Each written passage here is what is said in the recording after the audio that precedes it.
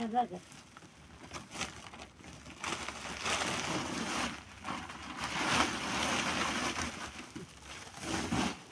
Bir kovuyor hanidir. Bunu at. Bak abla vallahi bizi yanmıyor. Hepsi taştır bak. Ha. Hepsi bunlar yanıyor taştır. Ha, bak. Bak abla taş çıkıyor. Ha, bak. Doğrudur. Hepsi taştır vallahi. Ha. Hepsi taştır abla bak. Ha. Hepsi taştır Bu abla. sene gelen kömür Bize bu mudur yani? yardımcısın abla. Kızlar bizim çocuklarımız hepsi küçüktür abla. Yoktur kömer. Odun yoktur, kömer yoktur. Bu bize getirdiler. Allah'ından razı olsun. Yanmıyor abla. Ne yapacak biz? O sürü yapar.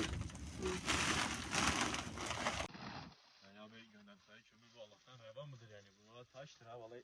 Aha, taştır. Döker misin torbayı? Abi. Taşı siyah boyayıp göndermişler. Yani Allah'tan reva mıdır bu? Allah kaldırdı. Yetkililere sesleniyoruz. Bu kar kış kıyamet gününde mağdur oldu vatandaşımız. Bu ev hak etmiyor bunları. Cevdet Paşa mahallesinin sakinleriyiz. Vicdanımız el vermedi. Biz gerekeni yaptık.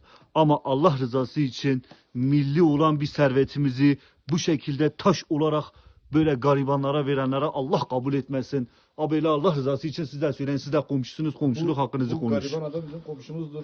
Evinin halini de görüyorsunuz. Yani devlet sağ olsun bir tane kömür vermiş ama bu kömür yani taştır resmen. Taş verseler daha Yanmıyor, iyidir. evet. Yani buradan yetkililere sesleniyoruz. Bu amcanın halini görsünler ya, bu kömür nedir ya, buraya vermişler böyle. Dök abi taş et. Abi. Abi. Taş resmen. Taş. Başka bir şey değil.